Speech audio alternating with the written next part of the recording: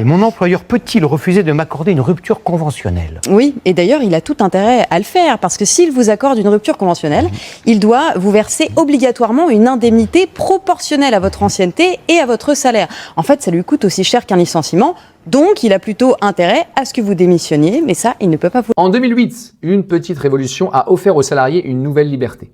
Quitter son job dignement et avec des droits au chômage. Mais aujourd'hui, cette avancée est fragilisée pour faire des économies. Alors comment l'une des lois sociales les plus populaires de France est-elle devenue la cible du gouvernement? On vous raconte. Avant 2008, pour quitter un CDI, c'était le casse-tête. Soit la démission, il y a du chômage, soit le licenciement, une voie forcément conflictuelle. Et entre les deux, c'était le règne de la débrouille et des arrangements risqués pour tout le monde, il fallait une solution. Et cette solution, c'est la rupture conventionnelle.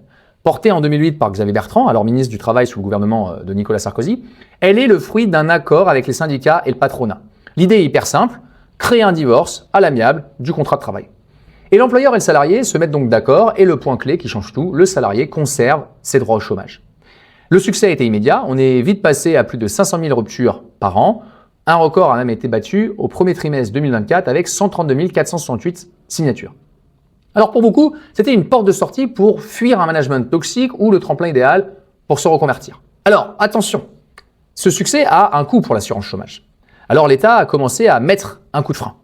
Une offensive qui s'inscrit dans un mouvement plus large de réduction des droits. En 2017, le barème Macron plafonne les indemnités prud'homales. En 2019, la dégressivité des allocations est renforcée pour les cadres. En 2022, la durée d'indemnisation est réduite pour tous jusqu'à 25% en moins. Donc le tour de vis le plus fort a eu lieu en septembre 2023. La rupture est devenue beaucoup plus chère pour les employeurs avec une nouvelle contribution à 30%. En 2024, d'Elisabeth Borne à Gabriel Attal jusqu'à Barnier, tous ses premiers ministres, tous se sont alignés pour poursuivre la réduction des droits sociaux. En 2025, Bayrou puis Le Cornu ont continué sur cette lancée avec pour objectif d'économiser des milliards sur le dos de l'Unédic en limitant encore la rupture conventionnelle pour le budget de 2026. Alors voilà où on en est. Une liberté populaire qui a apaisé les relations au travail est aujourd'hui menacée par une logique purement comptable. Il est peut-être temps de profiter du flottement actuel pour négocier votre sortie, vos droits et votre dû après X années de bons et loyaux services. En 2026, il sera peut-être trop tard. Donc, qu'en pensez-vous? Avez-vous déjà utilisé la rupture conventionnelle? N'hésitez pas à nous partager vos commentaires et abonnez-vous pour plus de décryptage.